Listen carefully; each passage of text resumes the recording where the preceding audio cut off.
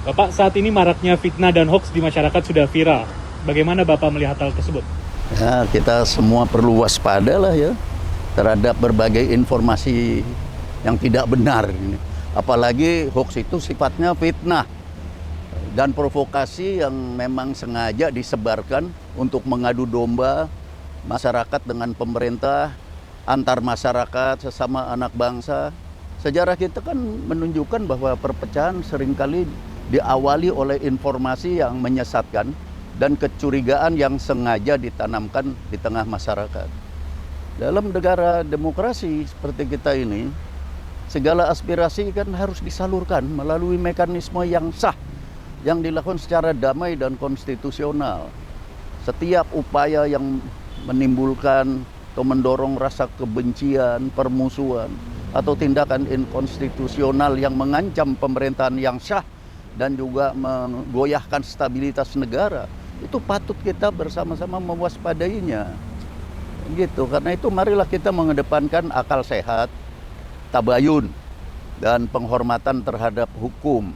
Jangan kita mudah terprovokasi oleh gosip-gosip yang tidak jelas sumbernya dan tidak jelas tujuannya. Ini apa yang jelas akan bikin rese aja, bikin rame. Persatuan bangsa, ketertiban, konstitusi, dan keselamatan negara itu harus selalu ditempatkan di atas kepentingan golongan maupun ambisi politik sesaat. Gitu maksud saya, bangsa Indonesia ini kan semuanya kita harus mewaspadai terhadap berkelindannya hoax, simulakra, provokasi yang bersifat ngadu domba masyarakat, dan terutama ini kelihatannya ingin melemahkan kepercayaan publik terhadap pemerintah dan lembaga-lembaga negara.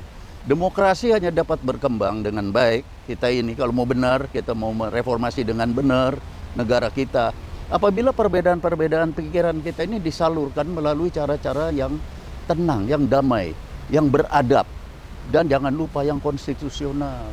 Ya, segala bentuk upaya inkonstitusional yang mengancam persatuan bangsa kita dan pemerintahan yang sah tidak boleh memperoleh tempat dalam kehidupan kita bernegara.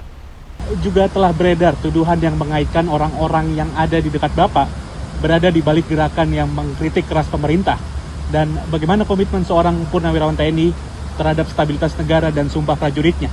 Nah, saya, teman saya, dan semua orang-orang yang dekat dengan saya yang dulu tentara, sekarang bukan lagi aktif di tentara, tapi jiwa kita sebagai purnawirawan, sebagai pensiunan ini masih tetap jiwa prajurit.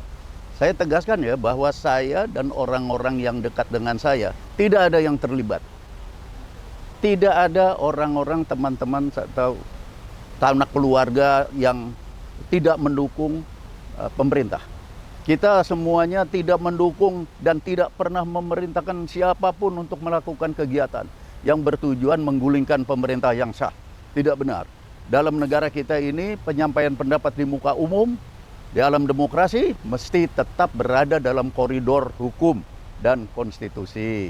Karena itu segala tuduhan yang mengaitkan saya dan orang-orang di sekitar saya yang beragenda menggulingkan pemerintahan tanpa bukti yang sah itu adalah hoax dan fitnah yang tidak dapat dipertanggungjawabkan. Sejak dulu nih kami ya teman-teman tentara yang sekarang juga sudah pada purnawirawan, apalagi yang masih aktif, mengabdikan diri kepada negara dalam berbagai penugasan. Prinsip kami tetap sama, menjaga keutuhan negara kesatuan Republik Indonesia yang Pancasilais, Undang-Undang Dasar 1945, dan stabilitas nasional. Kritik terhadap kebijakan pemerintah di negara demokrasi manapun di dunia tidak boleh bertujuan untuk merebut atau menggulingkan pemerintahan, menggulingkan kekuasaan negara. Karena hal itu bukanlah jalan yang kita sebagai tentara, walaupun udah pensiunan, meyakininya. Bukan. Justru saya mengajak masyarakat untuk tidak mudah percaya kepada hoax, apalagi simulakra, yang selalu memeriksa fakta sebelum menyebarkan informasi. Jangan main forward aja, informasi dilanjutkan, di forward.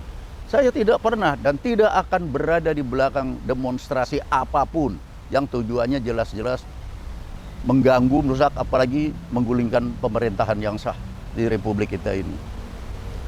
Komitmen kami ini, orang-orang tua-tua ini terhadap Sumpah Prajurit tetap sejak masih aktif dulu sampai dengan sudah purnawirawan saat ini, yaitu menjaga negara, bukan malah merusak negara. Enggak ada itu. Ya, bisa tanya Pak Gapdira, Bang. Ya ada.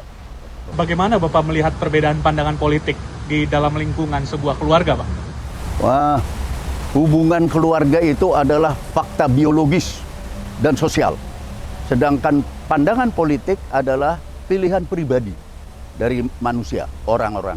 Tidak tepat jika mencampur adukan keduanya itu. Ya. Anak, menantu, saudara, besan, maupun kerabat dapat saja memiliki pandangan politik yang berbeda-beda. Tidak selalu mesti sama karena saudara terus mendukung begitu. Lucu kalau begitu kan, terlalu naif. Dalam politik setiap orang bertanggung jawab atas sikap dan tindakannya sendiri, bukan atas hubungan kekeluargaan. Kekerabatan tidak identik dengan kesamaan ideologi. Hubungan darah tidak dapat dijadikan bukti adanya hubungan politik. Itu pegang. Kalau memang kita orang yang melek, yang intelek, ngerti. Nggak bisa, ini saudaranya sini, ini saudaranya ini. Nggak ada urusannya itu. Begitu. Terima kasih ya.